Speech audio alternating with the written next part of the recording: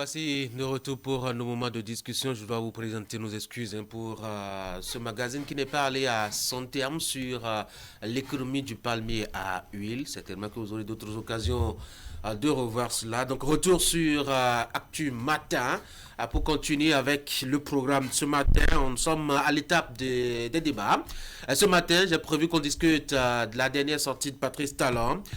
Vous rappelez, le chef de l'État a accordé une interview publiée vendredi dernier à une presse sur le continent.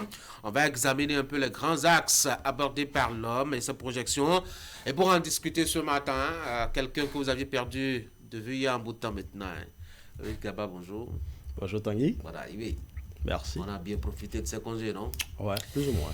Merci beaucoup d'être là pour discuter avec nous ce matin. On aura aussi pour vous accompagner le riche Eric Deguena, bonjour. Bonjour Tanguy. Et puis Mac Goudjanou, invité ce matin. Bonjour Mac. Bonjour. Merci d'être là. On aura 5 axes à aborder. On va déjà commencer par le sujet du troisième mandat qui n'arrête pas de revenir dans la presse. Cette fois-ci, le chef de l'État s'est prononcé encore une fois. Il a même dit qu'il est très agacé. Je dois dire quand on lui pose la question, Mac, est-ce qu'il a raison d'être agacé? C'est normal qu'on lui pose la question.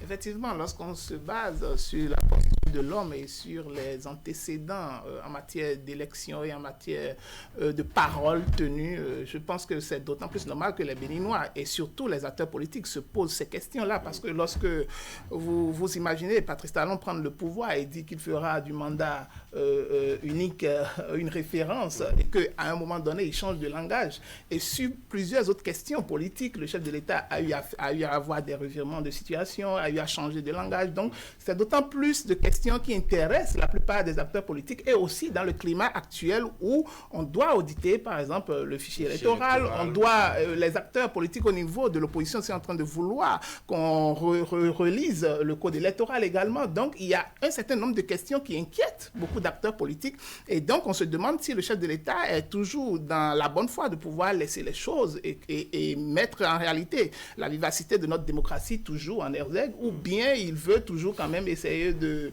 changer les donnes à la dernière minute. Et donc c'est une inquiétude qui est légitime à tous les Béninois. Bien sûr que la question est déjà élucidée normalement par la loi, c'est-à-dire par la Constitution, qui dit que nul ne peut faire au-delà de 2 mandats. Il est revenu plusieurs fois déjà là-dessus. Mais cela ne donne pas forcément une assurance aux acteurs politiques sur la question. Eric? Alors, est-ce qu'il a raison de dire que qu'il est agacé? Oui, parce qu'il estime que j'ai donné ma bonne foi. J'ai dit à plusieurs reprises que je ne ferai pas un second mandat. Un troisième mandat, pardon. Et pourtant, on me colle toujours avec cette question. J'ai entendu tout à l'heure à côté de moi que parce qu'il y a eu des antécédents, Patrice Talon aurait promis ceci et n'a pas tenu ceci. Je me dis combien de fois dans notre vie nous n'avons pas renoncé peut-être à un projet, nous n'avons pas réévalué une situation, n'est-ce pas? Mais pour autant, cela ne remet pas en cause notre sincérité ou notre bonne foi à être un homme de parole, en tout cas. Et donc, ce n'est pas de la bouche d'un président qu'on doit espérer un troisième mandat ou un quatrième mandat. Nous avons une constitution. Et c'est la Constitution qu'il faut interroger. Et donc, si la question est posée et qu'en lisant la Constitution, nous savons ce qui est dit dedans, nous avons notre réponse. Après, laissons le cours des événements et voyons le rôle que chaque acteur va jouer à ce moment précis. Et on pourra à nouveau voir dans ce jeu qui n'a pas été sincère et qui ne l'a pas été. Mais toujours est-il que, pour une dernière fois, je pense que quand la question lui a été posée dans le cadre de cette interview, il a encore à nouveau répondu de la même façon qu'il y a peut-être un an ou quelques temps en arrière sur cette question. Et donc je pense que pour lui, c'est une question qui est vidée et qu'il faut passer à autre chose. Et Louis? Moi, j'irai droit au but. Le président Patrice Talon ne devrait pas être agacé. Pourquoi? Parce que s'il devrait être agacé, il devrait d'abord être agacé en demandant à ces turiféraires de la mouvance qui crient à un troisième mandat, il devrait demander à ces caciques, ceux-là qui sont acquis à sa cause et qui voudraient qu'ils viennent et qui l'ont dit et qui sont allés même plaider cette cause-là devant la Cour constitutionnelle. Je pense que c'est auprès de ceux-là qui devraient dire qu'il est agacé que ceux-là demandent un troisième mandat, d'autant plus que la Constitution, elle est claire, et d'ailleurs lui-même il l'a dit, il a notifié que la Constitution est précise. Mais on connaît aussi la sous-région, on est dans une sous-région où on a beaucoup de chefs d'État où pour lesquels les tests de la République sont bien écrits, noir sur blanc, mais on sait que certains ont forcé un troisième mandat, certains ont forcé un premier mandat d'une nouvelle République, où on a trouvé toutes les formules pour pouvoir créer un coup d'État constitutionnel. C'est vrai qu'il l'a dit, oui, c'est vrai qu'il l'a dit, il a dit qu'il reste ferme dans qu'il reste droit dans cette boîte, mais comme l'a dit le premier intervenant d'ailleurs, quand déjà, une fois, vous avez déjà précisé que vous voulez faire un mandat, c'est vrai que ce n'est pas, c'est un choix, puisque la Constitution donne la possibilité de faire un double mandat. C'est déjà, vous avez dit clairement, je viens pour un premier mandat, et qu'à la fin de ce premier mandat, avant la fin, vous commencez par dire, j'aviserai, et cette forme d'aviserai vous amène à un deuxième mandat. C'est normal que certains turiféraires pensent que cet aviserai passera encore à un. On peut probablement passer un troisième mandat, mais je pense que c'est un procès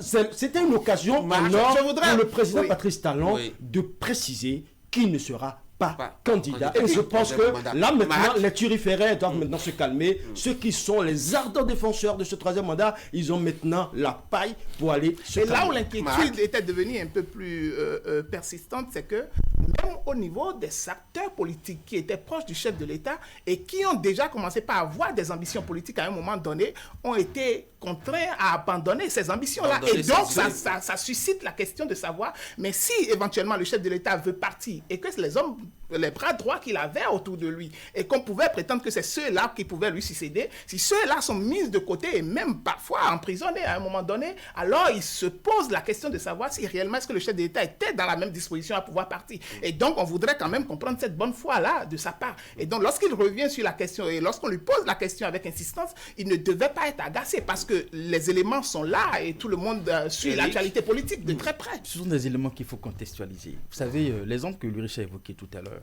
à cette époque, ce que Patrice Talon... Non, pas ça d'abord. À cette époque, l'exemple que Ulrich a donné...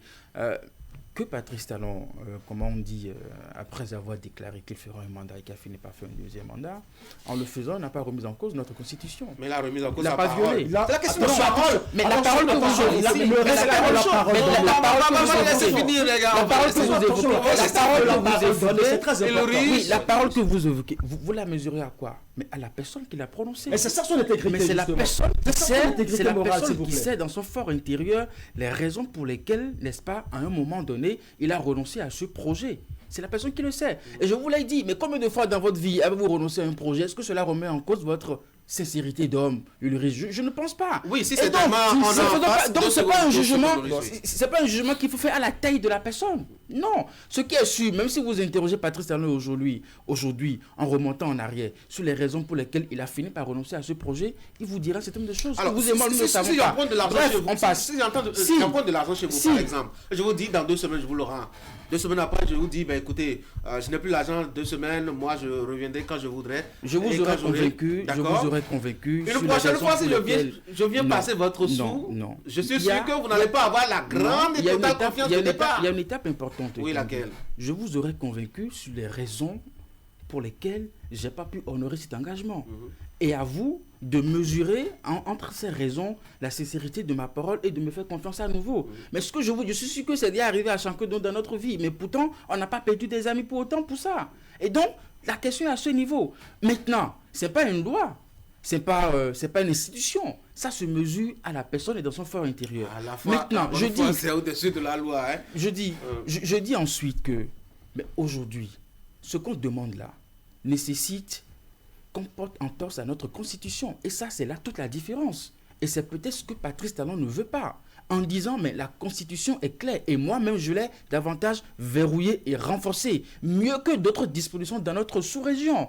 Donc, je pense que c'est peut-être humain que chaque fois, on lui prête cette intention qui sent le besoin d'être agacé. Maintenant, pourquoi il est agacé quand on lui fait la question et il n'est pas agacé quand c'est turiféraire, matin, midi et soir, je suis sûr que si nous faisons l'histoire, nous verrons que les régimes à la fin où on entend les questions de troisième mandat, on l'observe moins maintenant que par le passé. Je suis sûr. Raison? Non, pas qu'une raison. C'est humain. Je suis sûr. Pas qu'une raison. Je suis sûr. Allez, on va l'histoire. En partant de Kirikou à Yaéboni, c'est sûr que les trompettes de troisième mandat, on n'entendait pas le passé. Alors, au-delà de la Ces vagues de troisième mandat s'observaient le plus Oui. que ce que nous voyons aujourd'hui. Mais n'empêche que ce que nous avons vu, que nous avons déploré, pour les cas qu'on a traités à la Cour constitutionnelle, mais nous sommes toujours là. Et la Cour a toujours, n'est-ce pas, dire ce qui s'y est de dit dans de pareilles circonstances. Maintenant, quand lui-même, il incite encore davantage dans Jeune Afrique, je pense que c'est quelques collaborateurs ou proches ou amoureux du chef de l'État qui pensent que pour que le Bénin puisse continuer, il faut que ça soit forcément avec Patrice Talon. Ils ont leur réponse. Et pourquoi le président était agacé en ce moment-là et que c'est maintenant qu'on lui pose la question qu'il se sent agacé? Moi, je pense que vous avez dit tout à l'heure la bonne foi. En une phrase, il faut que en une seule phrase, la bonne foi et le respect de la parole donnée sont les germes de la sagesse. Je pense que c'est par là que tout commence. Et quand vous laissez vos collaborateurs dire des choses pour lesquelles vous n'êtes pas accro, d'une manière ou d'une autre, votre silence donne de l'assentiment. Et cet assentiment peut être interprété de diverses manières. Je pense que c'est ce qui s'est passé réellement. Mais c'est déjà bien que le chef d'État soit revenu. Maintenant, vous êtes vraiment convaincu qu'il s'en va.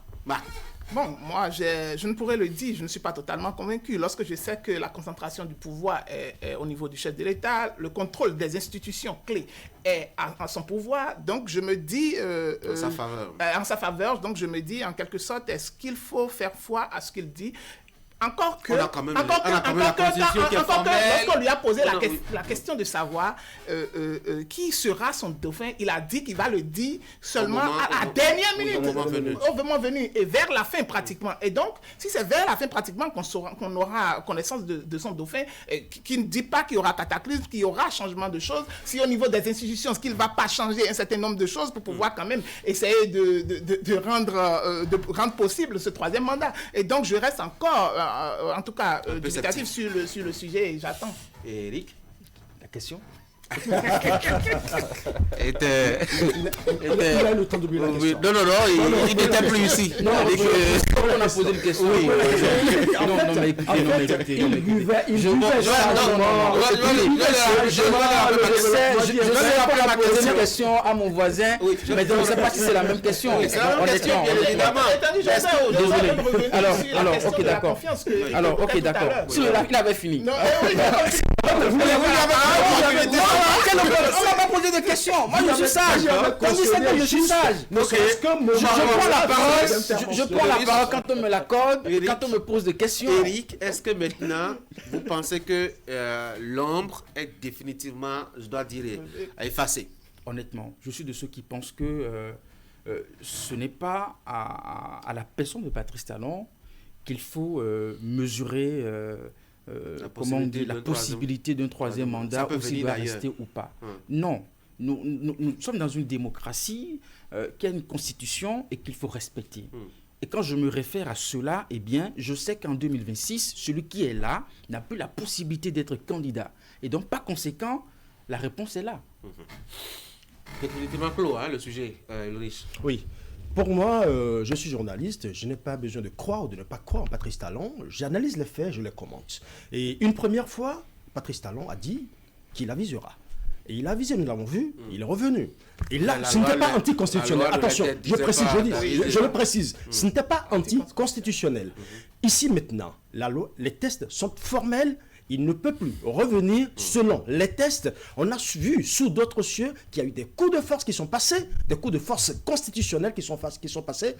Il a promis qu'il ne le fera pas, mais qu'il fera en sorte que son dauphin soit meilleur que lui, parce qu'il veut être, entre parenthèses, en toute humilité, justement. Donc, moi, en tant que journaliste, je ne veux pas prêter foi, je veux simplement analyser ce qui va se faire en 2026, de faits et pouvoir les analyser demain. Je préfère ça. Allez, on va passer au deuxième sujet, la présidentielle de 2026 et l'avis de Talon sur sa succession. L'homme est convaincu, il s'en va.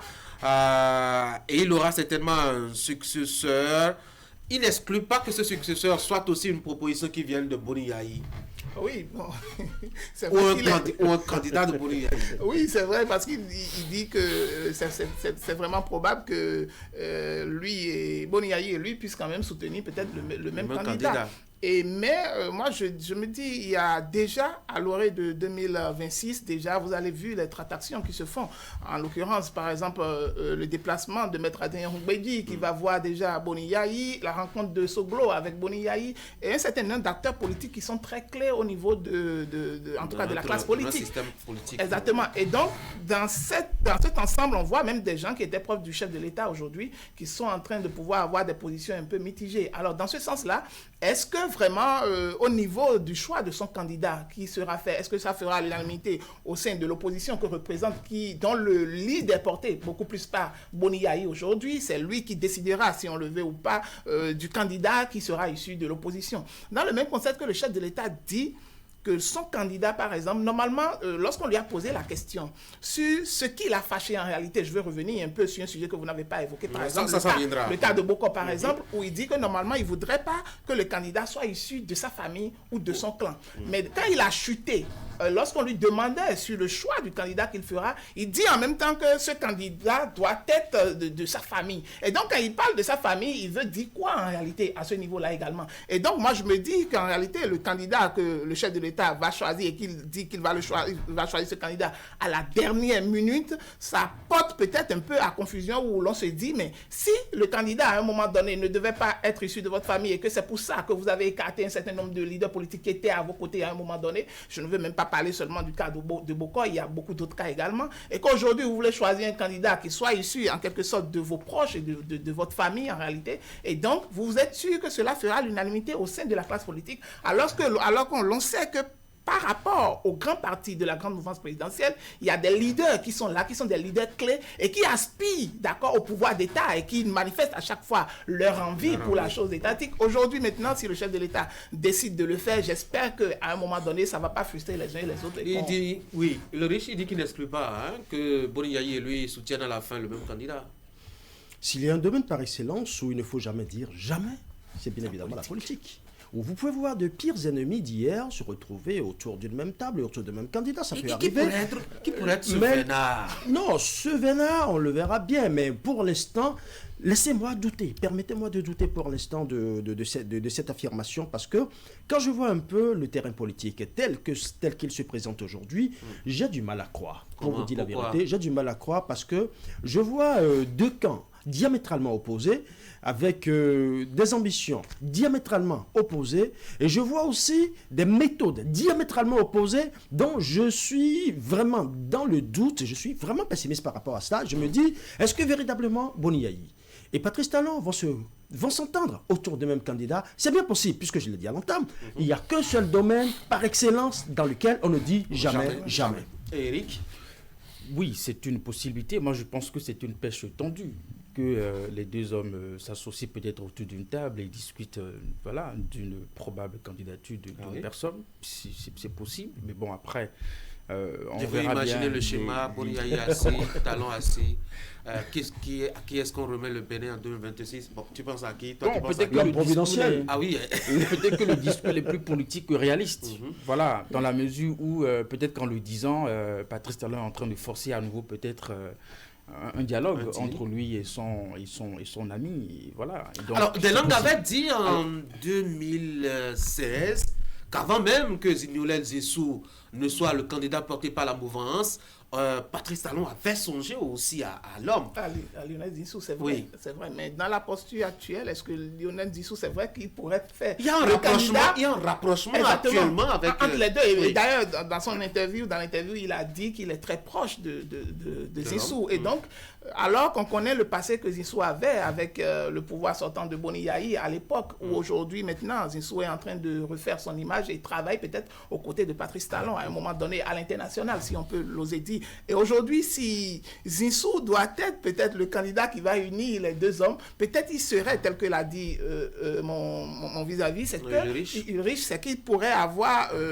une question d'intérêt qui serait en jeu. Et lorsque les intérêts, les politiciens, vous savez, lorsqu'ils s'entendent sur les intérêts donnés, convergent, et puis du coup, ils vont s'entendre sur le minimum et passer à autre chose. Oui, mais dans le discours de Talon, on sent déjà qu'il n'est pas déjà préparé à ça, parce que vous allez voir que dans dans les critères qu'il a donnés par rapport à son dauphin, il y a un certain nombre de réformes qu'il a eu à entreprendre et qu'il dit que normalement, c'est que ces réformes doivent continuer et que dans ses aspirations, c'est qu'il voudrait quand même qu'il y ait quelqu'un qui va le représenter et qui va faire plus que lui, mais néanmoins, la personne doit rester dans la droite ligne du respect déjà, même au niveau des institutions, au niveau des réformes institutionnelles qu'il a mises en place par rapport peut-être au code électoral, par rapport au système partisan et par rapport à plusieurs d'autres domaines. Alors que, est-ce que si les deux candidats devaient être issus du consensus entre les deux hommes, est-ce qu'ils pourraient en voir continuité dans ce sens, alors qu'on sait déjà que la plupart de ces réformes sont critiquées par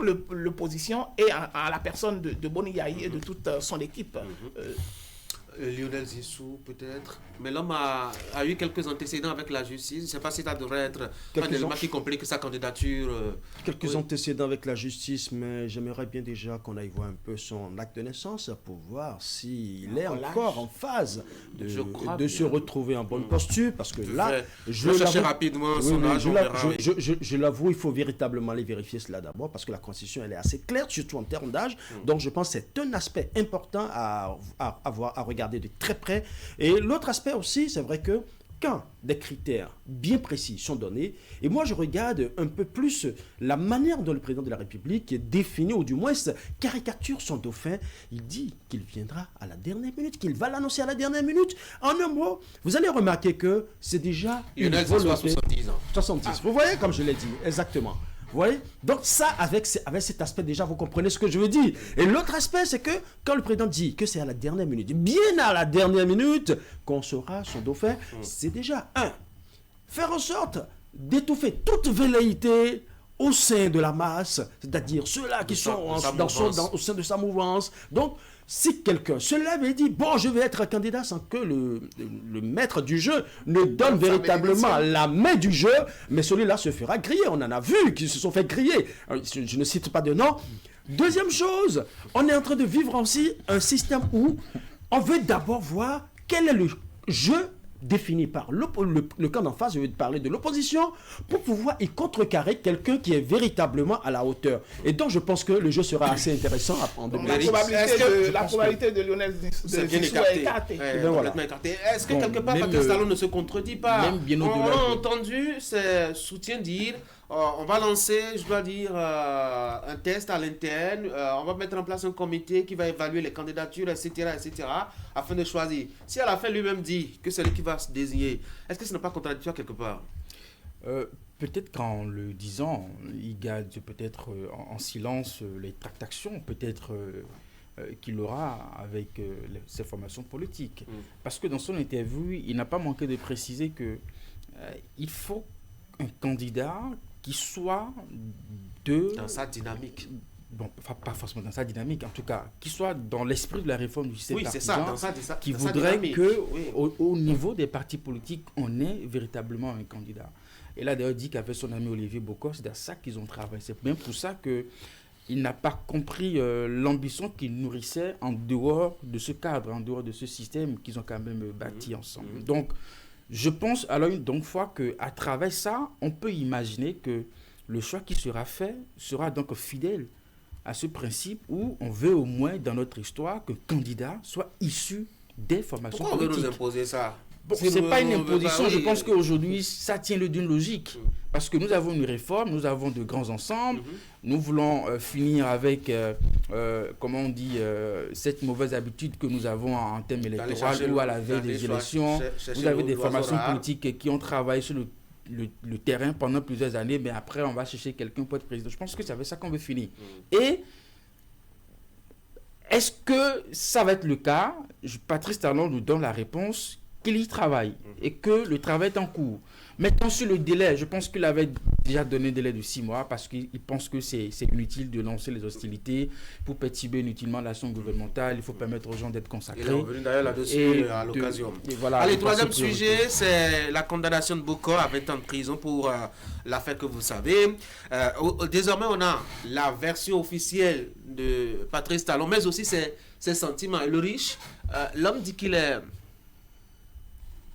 Agacé. Non, pas agacé. Je vous laisse finir. Je cherche le mot, Non, allez-y, je le vous mot laisse précis finir, qu'il a ouais. utilisé. Non, en tout cas, il ne s'en revenait pas. D'ailleurs, quand on lui a donné la nouvelle, il est allé prendre un coup d'air au dehors pour retrouver un peu ses esprits, etc. Oui. Faites ce que votre devoir vous commande de faire. Il est vraiment déçu de l'action de son ami. Mais c'est évident. Vous savez, quand vous faites confiance à quelqu'un, quelqu'un que vous prenez, pas comme votre ami, mais comme votre frère.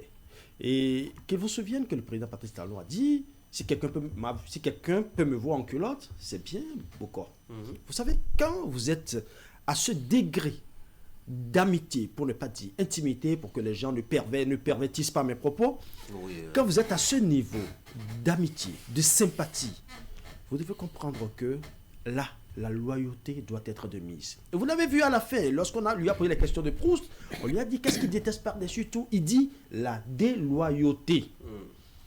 En un mot, il s'est vu avec un ami avec qui il a fait les Kassankou. Ils ont connu les bonnes, ils ont connu les vaches maigres, comme les vaches grasses, oui. Ils ont connu l'exil ensemble. Ils sont revenus ensemble. Ils sont allés à la conquête du pouvoir ensemble. Vous savez ce que ça veut dire? C'est-à-dire, on a tout peaufiné ensemble, on a géré maintenant le pouvoir ensemble, et parfois même on a écarté des gens ensemble, au cours du pouvoir.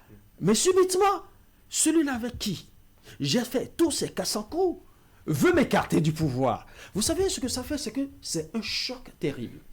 Il a dit qu'il était dans le déni. Il avait des informations. Il avait des bribes d'informations, des rumeurs qui venaient, mais il était dans le déni parce que, en fait, ça me rappelle un peu le cas Sankara Compaoré, où on a dit à Sankara à un moment donné que son frère, son ami et frère, Compaoré Blaise, voulait attenter à sa vie. Il a dit non. Il a dit non. Et il a dit, s'il y a une seule personne qui puisse m'atteindre, c'est Compaoré, et là, Compaoré ne le ferait pas. Mais qu'est-ce qui s'est passé par la suite? C'est ce qui s'est passé. C'est vrai que comparaison n'est pas raison, mais là, nous sommes face à un cas où il a utilisé des mots forts dans cette interview. Il dit, je ne savais pas que je contribuais à fabriquer un monstre. Je répète ces mots, c'est pas moi qui le dis. Ce sont des mots forts. Traiter son ancien ami, son ancien frère, son frère d'âme, celui avec qui on a fait beaucoup de choses.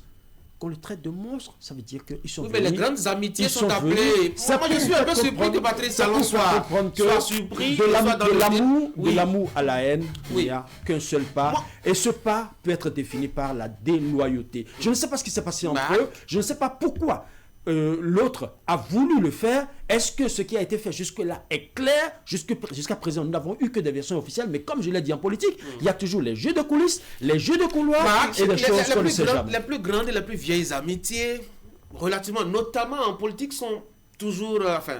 se sont toujours terminées par là. Exactement. Patrice Talon ne devrait pas être surpris. Bon, ce qui me cœur dans l'histoire, ou ce qui me met, en tout cas, en attente par rapport à cette histoire, c'est que je n'ai pas la version d'Olivier Bokor.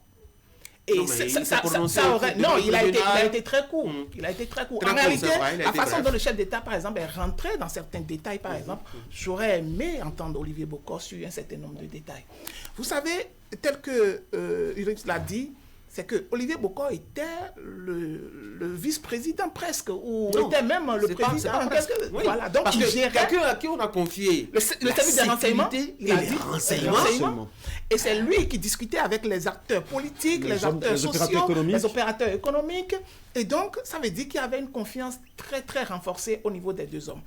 Mais là où le problème a commencé par naître, c'est ça, au fait. C'est de ça qu'on a parlé au prime abord. C'est la succession, au fait. Et donc, moi, je voudrais quand même entendre Olivier Bokor qu'il puisse me dire qu'en réalité, il n'y avait pas eu un deal entre lui et son ami, quitte à ce que, au sujet de la succession.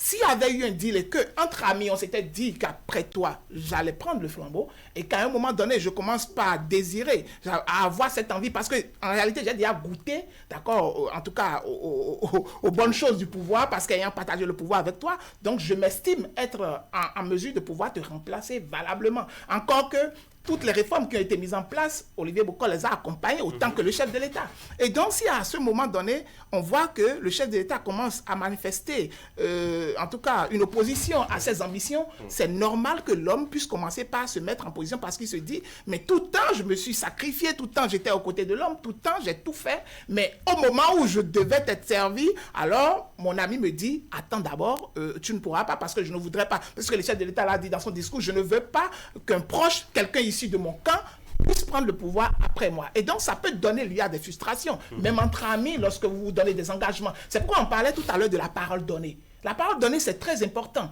puisque à un moment donné, c'est sacré entre amis. Et donc, si vous ne respectez ça et que l'autre, à un moment, décide de commencer par avoir ses ambitions autrement, et puis le chef de l'État, dans son discours, il dit que et c'est parce qu'à un moment donné, Olivier Bokor a voulu peut-être être candidat à Institut personnel, pas en prenant part les partis politiques de la grande mouvance présidentielle. Et il a attendu qu'il vienne lui dire... Exactement. Et donc, tout cela, ça prête à confusion. Et donc, moi, c'est vrai que j'ai écouté juste seulement une seule version, une seule version que je ne veux pas croire totalement comme parole d'évangile, mais en tout cas, en tant qu'analyste, exactement, en tant qu'analyste, je prends mes distances par rapport à ça. Il faut le dire, hein, on n'a pas encore des éléments qui officiellement disent qu'il y a un deal où non, doit succéder Talon, mais à flirter avec le pouvoir, à flirter avec le pouvoir, quand même, avoir des envies. Vous savez le nectar du pouvoir en livrant. Ah, moi je ne sais pas, j'ai jamais goûté au pouvoir, moi. Oh là là. Je pense que c'est évident que ça fait partie de notre épisode triste de la vie de Patrice Talon quand il évoque ce sujet en ces termes. On sent bien qu'il était très gêné de l'évoquer. Parce qu'il est question de son ami et de son proche. Les plus proches des deux hommes vous diront que ces deux messieurs ont confondu même les sirènes d'une ambulance à l'arrivée des policiers. Donc ça veut dire qu'ils ont tellement tout partagé, des bons moments comme des mauvais. Maintenant après, le pouvoir est irrationnel. C'est des trucs qu'on n'arrive même pas à expliquer, qu'avec si grande proximité qu'on en arrive véritablement à ce niveau. Après, il y a des choses que Patrice Talon a évoquées que vous et moi qu'on savait déjà. L'hyperpuissance de M. Olivier Bokor dans le système, on s'imaginait. Mais même avant le pouvoir, avant qu'on a pu la télécommande à Paris, il fallait passer par la sonnerie. Voilà, cela s'est sans doute intensifié. En tout cas, il n'avait pas les renseignements à cette époque. Maintenant, c'est le cas. Il va à la rencontre des religieux, des politiques. Et donc, c'est des choses qu'on voyait, qu'on entendait. Vous avez des amis ministres et députés qui vous diront « Ah ben dis donc, c'est le monsieur à tout faire, c'est pas lui, il faut passer, puis tout ça. » Donc, dans ce jeu de rôle ou d'exercice aussi, peut-être que ça ne se passait pas non plus toujours bien avec les autres acteurs de l'entourage du chef de l'État. D'autres, peut-être, ne supportaient pas cela. Donc, c'est beaucoup de choses en termes d'exercice de pouvoir. Peut-être que le monstre est venu de là, qu'avec la concentration de ces pouvoirs de l'exercice, n'est-ce pas, de sa proximité avec le chef de l'État, il en utilisait peut-être suffisamment trop. Mais nous ne sommes pas dans le secret de la vie personnelle entre ces deux hommes. Ça reste un récit, un fait que nous pouvons mettre au compte de ce qu'a dit le chef de l'État, mais qu'on peut peut-être aussi essayer de voir dans l'exercice des pouvoirs, les jeux de couloir et tout ce qui peut arriver.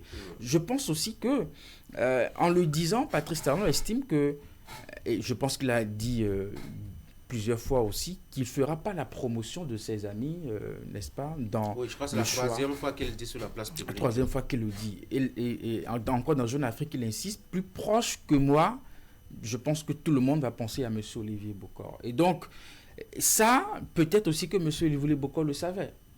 Et donc, bien après l'épisode de tentative de coup d'État, on savait que les rapports étaient déjà tendus entre les deux hommes. Donc, qu'on le veuille ou non aujourd'hui, la question de la succession était au centre, n'est-ce pas, de ce rapport qui était devenu tendu et qui peut-être a amené d'autres personnes à avoir d'autres projets. Quatrième sujet. Est-ce que c'était opportun qu'il parle, Marc? Oui, c'était opportun. Ah bon? C'était opportun parce que, vous savez, après la situation qui est arrivée, c'est-à-dire l'arrestation d'Olivier Bokor et son emprisonnement, sa condamnation, je dirais, beaucoup attendaient le chef de l'État se prononcer quand même sur la question parce que c'est quelqu'un qui était très très proche de lui. Et beaucoup n'arrivaient même pas à comprendre comment cela est arrivé et quels étaient les ressentiments du chef de l'État, qu'est-ce qu'il en pensait réellement. Même le porte-parole du gouvernement n'est pas venu sur la question. Donc, c'était quand même important que lui-même puisse venir se prononcer sur la question. Personne n'osait, en fait, se prononcer. Exactement, personne n'osait réellement, parce que le lien qui existait, l'affinité qui existait entre les deux hommes était tellement prononcée que personne ne pouvait quand même mettre son doigt entre les deux pour pouvoir dire qu'il va quand même... Parce qu'il faudrait qu'en vous prononçant, vous n'alliez pas révéler quand même certains secrets, par exemple, qui existaient entre les deux hommes, puisque vous étiez peut-être dans les couloirs du pouvoir. Et donc, c'était opportun que le chef de l'État puisse revenir sur ces questions.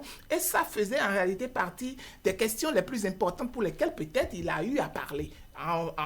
Peut-être en prenant également par la question de la succession, qui rejoint également la question Olivier Bokor, parce qu'il faut remarquer que lui-même avait ces ambitions-là de succession, alors que d'autres également, acteurs politiques, avaient également eu ces ambitions-là, et on sait comment ils ont fini. Et tout le monde maintenant est découragé par rapport à cette ambition politique dans le cercle du chef de l'État. Et donc, du coup, il fallait quand même qu'il puisse se prononcer également sur d'autres questions sur lesquelles on ne l'a jamais plus entendu. Non, je pense qu'aujourd'hui, il y a une chose qui est claire, c'est que nous aurons une transition et qu'ensuite, c'est tout à fait normal que Patrice Talon puisse, conserver le pouvoir dans la dynamique de sa formation politique. Ce qu'on peut souhaiter aussi à l'opposition. La conquête du pouvoir, c'est l'expression même d'action des formations politiques. Et que cela se passe dans le cadre de la réforme du système partisan et que les partis politiques peuvent proposer des offres et quitte aux citoyens de choisir. Est-ce que c'était opportun qu'il parle? C'était plus qu'opportun. Et le vide se ressentait. Mais moi, je ne parlerai pas sur l'opportunité de parler, mais je parlerai plutôt du média utilisé pour parler. Sincèrement, j'ai une dent longue. C'est comme un croc contre... Faites attention au micro. Non, ne vous inquiétez pas. Une dent longue comme un croc contre la cellule, la direction de la communication présidentielle. Pourquoi? Je vais vous dire pourquoi. Vous savez, une telle déclaration, un tel entretien, j'aurais bien aimé que ce soit une presse nationale ou un collège, s'il vous plaît, un collège de presse nationale, le faire, ça aurait été encore plus intéressant. Pourquoi? Parce que, vous avez remarqué, de plus en plus, les chefs d'État africains ont cette manie de penser... Non, c'est pas nouveau, c'est ça justement qu'il faut commencer par décrier. Ont cette manie de penser que quand il faut donner des informations essentielles pour un pays, il faut aller vers les presses internationales. Mais quand ces presses internationales tirent à boulet rouge sur eux, c'est sur les presses nationales qui viennent se défendre. Moi, je pense qu'il faut commencer maintenant par valoriser davantage la presse nationale, mettre la presse nationale là où il faut, le piédestal qu'il faut, pour lui donner toute la notoriété qu'il faut. Moi, je pense que les questions qui ont été posées ne sont pas extraordinaires et des journalistes compétents ici, au Bénin, sont capables de poser, auraient mieux fait. Auraient mieux fait, et c'est parce qu'on ne leur offre pas cette opportunité, qu'on ne le fait pas. C'est l'occasion pour moi de faire justement cette bourde, et je fais cette bourde tout en implorant le Tolek Baki au beau milieu du village, parce que je veux qu'aujourd'hui, la presse nationale soit plus valorisée, au même titre que la presse internationale, et observez, ce n'est pas que le président Patrice Talon. J'ai remarqué que c'est souvent les présidents africains, dès qu'ils ont une information importante qu'ils peuvent donner sur la place nationale, dans leur pays, ils privilégient d'abord les presses internationales, et même dans les cérémonies officielles. Et même dans les cérémonies officielles, vous me donnez l'occasion, lui n'est pas trop régulier.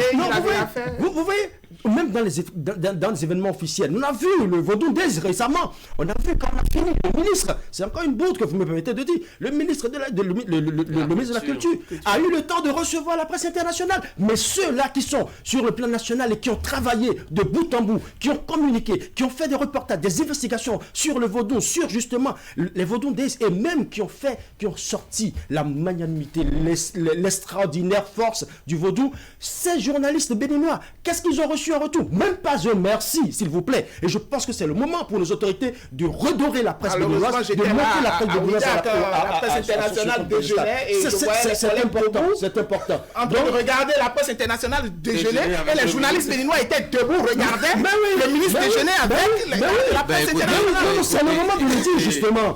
Non, c'est le moment de le dire. Il faut... C'est des invités. Non, des invités, oui, justement. Les invités sont reçus. Les invités sont reçus par leurs hôtes. Et leurs hôtes participent justement à tout ça. Et quand vous mettez les autres, vous avez élucidé la question. Debout en train de regarder les autres. J'ai dit, mais laissez-les aller vaquer à vos occupations. Ça se répète. Parce que le ministre est là à déjeuner avec la presse internationale. Oui, sous l'opportunité de la prise de parole, je pense que c'est justifié parce que l'homme est très rare dans les médias. Donc, c'est quand la dernière fois. Mais pourtant, Tanguy l'a reçu une fois dans ce pays. Ça fait un sacré moment. Mais bien sûr, mais pourquoi il ne peut pas le faire encore? Donc, on avait besoin vraiment d'entendre le chef de l'État sur ces questions. Aujourd'hui, ça nous permet de savoir comment est-ce que les choses vont évoluer d'ici les tout prochains mois. Après, je partage aussi le ressenti de l'URICH. Voilà, on pouvait mettre à contribution les médias locaux pour la communication gouvernementale. Encore que nous le faisons déjà sur bien d'autres sujets. Peut-être qu'ils ont estimé que la cible est ailleurs. Maintenant, bien après, on a vu aussi l'ancien président Soglo sur RFI. Qui sait, peut-être que demain, Yahi Boni sera sur France 24. Voilà. Pourquoi pas. C'est ce que je oui, mais pour le cas de Soglo, par exemple, c'est pour la sortie de son livre. Il y a déjà des médias nationaux qui ont déjà eu à relayer la chose. Et moi, je me dis peut-être que les chefs d'État, ils ont peut-être peur des ratés qu'ils auront peut-être eu à faire lors de cette interview. Et que peut-être il y aurait des n'oublions pas aussi que ces médias sont toujours... Dans le même temps que le 6 février, pour que la presse nationale donne l'information d'une certaine manière. Mais quand, justement, un Boisbivier se lève et pose certaines questions, je vois le président qui est obligé, ou cette autorité qui est obligée de répondre. Mais un journaliste, ici, qui pose cette question, on trouve, qui porte atteinte à la crédibilité ou à la nature du chef. Mais non, attention, le journaliste là, son rôle, c'est de poser des questions, d'analyser et de dire ce qu'il en est. Je pense que c'est ça. Il faut qu'on revalorise la presse béninoise, j'insiste là-dessus. Pour la première fois, Patrice Talon s'est épanché longuement, en tout cas relativement, sur l'après-pouvoir, sur l'après-Talon, sur l'après-2026. Et vous savez ce qu'il a dit? La pétanque. Qui va jouer à la pétanque. Bon, je crois que... Ibrahima est là. Oui. En réalité, je ne fais pas foi à tout ce que le chef de l'État dit de l'après-pouvoir, parce que déjà, il dit qu'il veut un homme, il veut mettre un homme là qui va faire mieux que lui. Alors que lui-même, il a déjà entrepris, par exemple, des réformes qu'il veut voir continuer. Alors que n'oublions pas, c'est un homme d'affaires. Et que ses affaires continuent déjà à être gérées peut-être par ses enfants. Et donc, quand il va revenir... Il va reprendre la main. Exactement. Donc, je n'y crois pas. Il va jouer à la pétanque. Non, mais il n'a pas construit de boulodrome. Comment il va faire maintenant? Juste relever que, vous savez... Du centre balnéaire qui est en train de construire. Ouida, peut-être il a joué au golf. S'il parlait du golf, peut-être j'allais comprendre. Oui. Eric? Bon, la principale information, c'est que nous savons que le chef de l'État est un amoureux de ce sport, la pétanque. Et donc, c'est déjà bien de savoir que entre les peu de choses que nous connaissons de Patrice Talon, qu'il y a aussi cela. Après, je pense que dans ce que Mac a évoqué tout à l'heure, faisons un peu attention. Oui, il n'y a pas un lien entre le fait que Patrice Talon veuille, comment on dit, trouver un candidat et le fait que celui-ci soit meilleur que lui. Nous parlons d'une mouvance. Donc, il y a une idéologie, il y a une façon de penser, il y a une dynamique politique. Ça va être très extraordinaire que quelqu'un vienne de la mouvance et puis déroule, je ne sais pas, une politique qui soit à l'antipode de la dynamique de la mouvance. Je ne sais pas si vous me comprenez. On peut rien parier, hein, oui. Oui, en tout cas, ça va être extraordinaire quand même. Ça va être extraordinaire. Absolument. Tout comme ça va être extraordinaire de voir un candidat de l'opposition dérouler une politique qui ne soit pas une idéologie de l'opposition. Donc, c'est tout normal que ce candidat soit meilleur, mais dans la dynamique de la mouvance. C'est ce que je voulais relever. Alors, l'après-pouvoir, oui, je pense que ça conforte l'idée selon laquelle, eh bien, le monsieur est partant, justement. Et nous savons combien l'exercice du pouvoir peut consommer votre vie. Et ça va être un relâchement pour lui. Il fera ses sorties, ses balades. Moi, je ne commence pas à m'entraîner. Hein. Mon équipe va lui offrir un match amical de pétanque. Parce que moi-même, j'adore la pétanque. Mais pour le faire, je pense qu'il nous faut finir ce chantier sur Avlekété. Je pense sur un terrain de pétanque. On n'en a pas encore. Donc, je me pose la question. Il lui faut un terrain pour jouer. Le président français n'a pas attendu sa retraite avant de se balader en scooter à travers la ville de de Paris. Et donc, si Patrice Talon, pendant sa retraite, veut se balader dans Cotonou, d'ailleurs, il le fait par moment, il y a certains qui l'aperçoivent par moment, donc il aura maintenant la latitude de bien le faire et autres. Mais on a entendu souvent ce genre de promesses. J'en connais un qui a promis aller se réfugier dans les arcanes des églises. Il a dit qu'il sera pasteur. Qui sera pasteur. Oui, mais il a au moins chanté. Il a chanté le gospel. Et nous avons beaucoup apprécié le gospel. Mais au-delà des gospel, on l'a vu très rapidement revenir à la scène, au devant de la scène politique. Donc vous savez, quand on a été assez actif, et surtout que le président Patrice Talon a fait une petite nuance qui m'a fait sourire, il dit qu'il sera inexistant politiquement, mais qu'il sera très actif. Je veux bien voir. De toute façon, sa retraite, ce n'est qu'en 2026. Et en 2026, oui, mais on peut comprendre. On verra cette retraite-là de l'inexistant à l'actif. On verra bien ce mélange sera-t-il beau pour lui ou pas. On verra bien. Politiquement inexistant, c'est qu'on ne verra pas Patrice Talon prendre la tête. Nous sommes journalistes, nous analysons les faits. Oui, mais on connaît son habitude, on connaît sa tradition, c'est de rester dans l'ombre et de financer et de tirer sur les ficelles. Il l'a fait pendant 30 ans avant de prendre le pouvoir. Non. Et comme le singe change rarement sa façon de s'asseoir, je me demande s'il va vraiment prendre congé définitivement de sa façon de faire la politique. En tout cas, on verra bien. 2026 n'est pas loin. Les gars, merci beaucoup. Passez une très bonne journée. Mesdames et messieurs, c'est la fin. L'actu matin, derrière moi, le récapitulatif des informations relayées par Canal 3 Bénin, notamment sa rédaction. Juste après, vous n'aurez pas votre revue de presse. Un petit souci du côté de la technique. Merci d'avoir été là. Bonne journée.